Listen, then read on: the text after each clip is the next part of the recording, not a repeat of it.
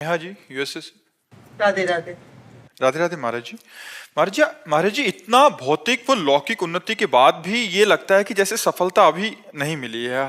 देखो बताए, विश्व का सब धन भोग तुम्हें मिल जाए तो भी तुम्हें तृप्ति नहीं होने वाली। महाराज ययाति चक्रवर्ती सम्राट और देवयानी उनकी पत्नी शुक्राचार्य जी की पुत्री, परम सुंदरी।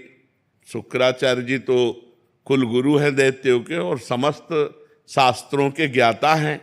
उनकी पुत्री कौन सा ज्ञान नहीं होगा। और वो ययाति की पत्नी थी। अपनी यौवन अवस्था भोगने के बाद भी भोगों की अतृप्ति, अपने पुत्र की जवानी ली और उससे भी भोग भोगा 1000 वर्ष तक, फिर भी तृप्ति नहीं। तब ऊब करके छोड़ा और ये निर्णय लिखा कि भगवान से विमुख अज्ञानी पुरुष को यदि पूरे संसार के जौ धानी स्त्रियां सब सुख दे दिए जाएं तो भी तृप्ति नहीं होगी। गोस्वामी तुलसीदास जी एक दोहा में कह रहे हैं, तब लगी कुशल न जीव कहूं, सपने हूं मन विश्राम। तब लग जीव को कभी कुशल का अनुभव नहीं होगा, स्वप्न में भी कभी मन विश्राम को प्राप्त नहीं करेगा। जब लगी भजत न राम कहूं, शोक धाम तज काम। इन कामना और वासनाओं का त्याग करके जब तक भगवान का भजन नहीं, तो कामना और वासना की पूर्ति से कामना वासना बढ़ती है और कामना वासना के त्याग से शांति प्राप्त होती। त्यागात शांति अनंतरम। जब हम कामना और वासनाओं का त्याग, अब अंदर कामना वासना के त्याग करने की हिम्मत नहीं रह गई। जो मन कहता है वो करना पड़ता है। मन कहता है आज ये खाना है तो अब वो खाना है, ये भोगना है तो भोगना है। अगर नहीं भोगेंगे तो अशांत कर देगा। तो अशांति दूर करने के लिए भोग भोगने की इच्छा रखते हैं। और जबकि भोग भोगने से अशांति बढ़ती है, भोगों के त्याग से शांति बढ़ती है। त्यागात शांति अनंतरम। तो हमें चाहिए भगवान की शरण होकर भगवान का नाम जप करते हुए अन्य कामनाओं का त्याग करें तो हमारे पास, तो इन भोगों में, यश कीर्ति में, रुपया पैसा में शांति नहीं। शांति तो भगवान के चरणों में है, भगवान के नाम में है।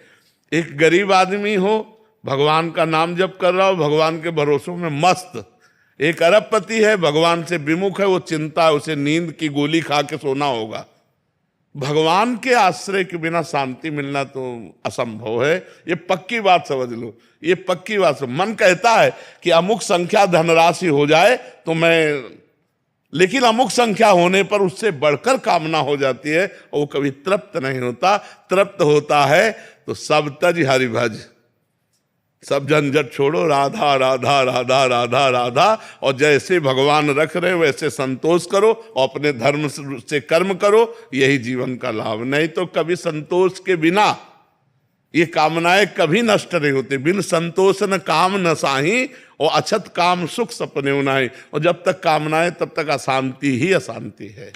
विनीत जी लखनऊ से। राधे राधे महाराज जी।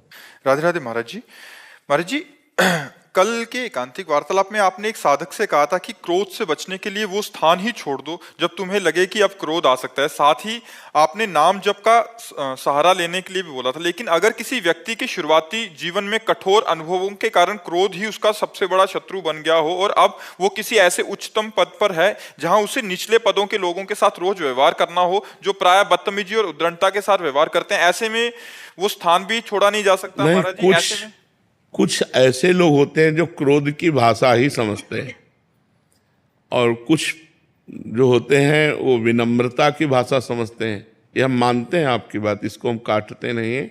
कुछ लोग ऐसे होते हैं। तो कुछ लोगों का स्वभाव होता है ऐसा कि वो क्रोधावेश को देखकर ही मानते हैं। पर हमें क्रोधावेश ना करके क्रोधावेश का नाटक कर रहे तो कैसा लगेगा? हम असलियत में क्रोध ना करें।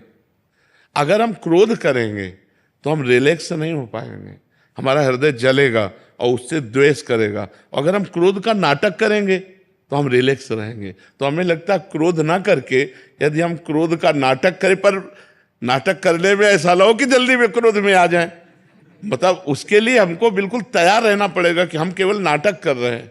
क्योंकि अपने जो नीचे लोग हैं उनको सेवा करानी है, उन सेवा कराने के लिए हमें थोड़ा सा, तो अगर कहीं जरूरत पड़े तो क्रोध का नाटक कर ले, क्रोध ना करे, क्योंकि क्रोध से अपनी भी हानि होती है और दूसरे की भी हानि होती है। क्रोध का नाटक तो हमको भी करना पड़ता है, तो करते हैं, जहाँ जरूरत हुई तो आप क्रोध का नाटक करते हैं। असलियत में भगवान का आश्रय लेकर भजन करते, असलियत में क्रोधी नहीं होना चाहिए, क्योंकि क्रोध जो है वो बुद्धि का अपहरण कर लेता है। ठीक निर्णय नहीं कर पाती बुद्धि, क्या बोलना चाहिए, क्या करना चाहिए। वो उस समय गलत बोल सकता है, उस समय गलत वो क्रिया भी कर सकता है, मान लो पूज्य जनों का अपमान कर सकता है, या जो नहीं करना चाहिए ऐसी हिंसादि दोष कर सकता है। तो हमें लगता है क्रोध से बचे, क्रोध का नाटक करना पड़े तो कर लेना चाहिए, क्योंकि कई जगह जरूरत होती है। आज हमारा जो परिवार बिगड़ रहा है उसका कारण है हम शासन नहीं कर पा रहे, पक्की बात समझ लीजिए।